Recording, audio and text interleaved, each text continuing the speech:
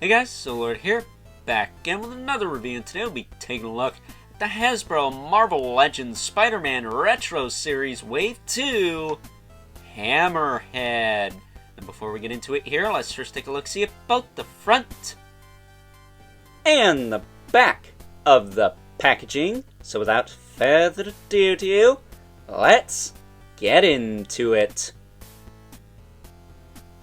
Now before we get into the meat and taters of this review, Hammerhead does come with two extra hands, one of which is a grip hand, albeit with the incorrect hinge. Naughty, naughty. Then he also comes with a relaxed, open, or gesture style hand, or maybe it's even a turn your head and cough hand. Oh yeah, okay, I'll stop. I'm lying, of course. I love doing that. You guys know this by now. I shouldn't have to tell you. But of course, Hammerhead's gonna need something for that grip hand, right? Not that comment section. Get your mind out of the gutter. It's a baseball bat, of course. The heck do you think it was? I hope it wasn't a Tommy gun, because you're gonna be really disappointed with this figure, let me tell you what. But it's a baseball bat. No paint detail or anything, but it's fine. Could smack somebody over the head with that. Maybe his ex-wife. Sure, he's done it. He's a bad guy after all. And a mobster, so maybe he's also a pimp. So, taking a closer look at good old Hammerhead here.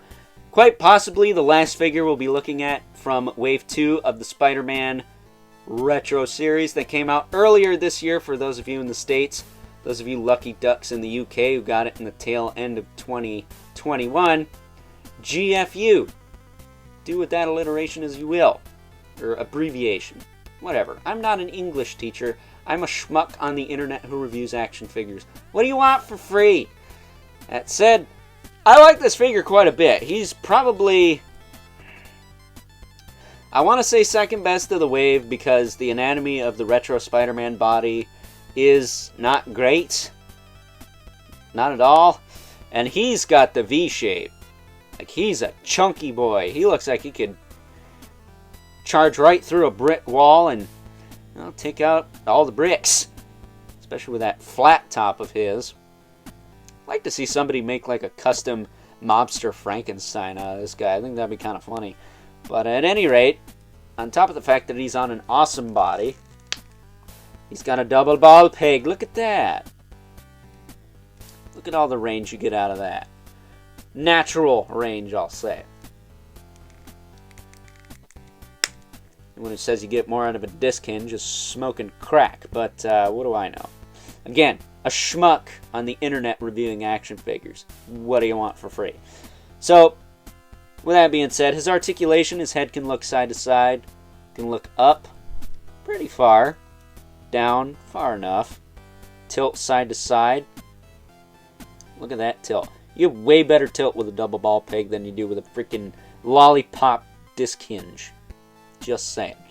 Shoulders go out to the side, go back down, rotate all the way around. It's got a bicep swivel on both sides. I'm making sure it's not sticky, because some of these newer bucks are a little bit gummy lately, and it's kind of concerning. It's got a double elbow there.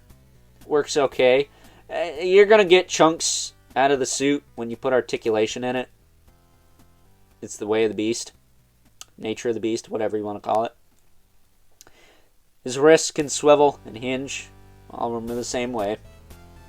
I think he's got a torso crunch in there, but the jacket hinders it quite a bit. Can't get a lot of crunch out of him. He does bend forward a slight bit, though, but it's Hammerhead. He's mostly going to be standing there looking awesome or running at you, which you don't really need an ab crunch for, I don't think. Not all the time. He's got a waist swivel, too. That works quite well. Feels like it's cut like all the way up here, so maybe he's got a diaphragm joint, does he? No, no tilt. But his hip, yeah, his hips, that's what those are. I was gonna say legs, but it's like, that's the same thing, genius. You can kick forward, you can kick back a little bit. You can kick out. His coat wasn't in the way. Can I fix that? Let's see. What's the max out range? That is it. Not bad for a thick with two C's type of guy. got a thigh cut there. His double knee is stiffer than all get out, so I'm going to try and do this. There you go. That's probably the worst offender, is the knee joint, but again, it's a suited body. You're going to get those cuts. It's unavoidable. Then he also has ankle rockers that work okay, and a hinge in the foot. No, what do you want to call it? Ball hinge at the ankle, though. Which is kind of odd, because I would have thought they would have found a way to do that, but it is what it is. He's got peg holes at the bottom of the feet. And he also has some knucks on this side. I think say hammer, if I'm not mistaken. So that's pretty cool. Can I just say, I give Hasbro a lot of crap for not being able to paint a straight line when there's a seam to keep the line straight. But yet, look at this guy's pinstriping. It's almost perfect. Why are they so inconsistent with paint? I don't understand it. Not to mention this head sculpt's really cool too. A lot of character in that. I dig that quite a bit. But yes, this guy utilizes the, is it Happy Hogan body? And when they first revealed that Happy Hogan, I'm like, oh, I'm going to make me a Hammerhead out of that. And then they announced that they were going to just make Hammerhead. I'm like, well, I don't even need to buy that figure, so thanks, Hasbro. You save me money that you ain't going to get. Suckers. Let's face it, though. They're getting my money anyways because they own Spider-Man and Ghost Rider as far as toy rights are concerned. And, well, being a certified Spider shill and Ghost Rider shill, I have to buy all the Spider-Man and Ghost Rider related characters that they make. Even that orb on the sucky Bucky Cat body that I'm sure is going to be gummy like Sleepwalker. Oh, I dread that day. But until then, we have some Spider-Man stuff to talk about, so screw him, right?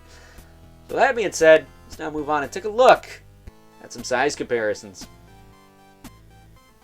First up, here is our Retro Series Hammerhead alongside his original Rhino Build-A-Figure Wave counterpart, which is just an alternate head that came with the Chameleon. Pretty glad we got this update. I mean, that head sculpt ain't bad, but it ain't as good as this one. And then we also have the Retro Spidey, who for all extensive purposes of Spider-Man Week here on my channel will be our temporary regular for size comparisons. And unlike the Retro Green Goblin, who is slightly dwarfed by this Spider-Man, Hammerhead seems to be about the same height, if not a little bit taller, which is how I like my Spider-Man villains. The taller they are, the better they are. In my opinion, anyways. And last, but certainly not least, we have our two regulars, the Mythical Legions, Brother Mandibulus, Livid Spawn, who as usual, towers over everyone. So with that being said, time to wrap things up. Some final thoughts. Overall, and when Hasbro first announced that they would be adding good old Hammerhead here to the second wave of Spider-Man Retro Series Marvel Legends figures, not gonna lie, I was a little bit skeptical at first, but after having this guy in hand for a while, and finally getting around to this review, I gotta be honest in saying that I quite like this figure. In fact, he may be one of the best figures from the second wave of Spider-Man Retro Series figures based off the head sculpt, the paint apps, and the fine details alone. The devil's in the details, guys, and this guy has quite a bit of fine details. The pinstriping on the suit is pretty freaking superb in my opinion. Almost flawless. As flawless as you're going to get for the price point. Let's face it, these things are not cheap nowadays, so that says something right there. Not to mention that the Hammerhead head sculpt we get here is a step above the one we got with the Chameleon figure back in 2016. And on top of all that, the fine details on that brass knuckle on his left hand, chef's kiss, man. It is excellent. I love that they were able to etch Hammer into that little teeny tiny piece. Because let's face it, Hasbro has trouble painting a straight line on a large figure.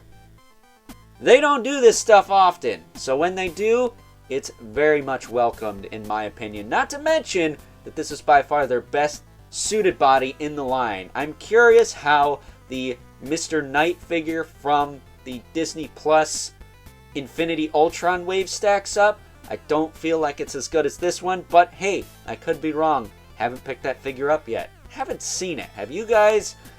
Marvel Legends are kind of hit or miss in my area. But, at any rate, with that being said, I hope you guys enjoyed this review. If you are so inclined, please don't forget to comment, like, subscribe, and hit the bell so you know whenever I upload more reviews like this one. And stay tuned, because tomorrow I got a review of the King in Black 2-pack coming your way. But, if you haven't already, please hit me up on Instagram at Overlord Productions. But as always, keep the comments civil, because the world sucks enough as it is, especially when this is the only good suited body we have in this line so far. I mean, seriously. Most of them are gangly and can't stand, while this guy is a freaking champ. And until next time, I'll catch you guys later.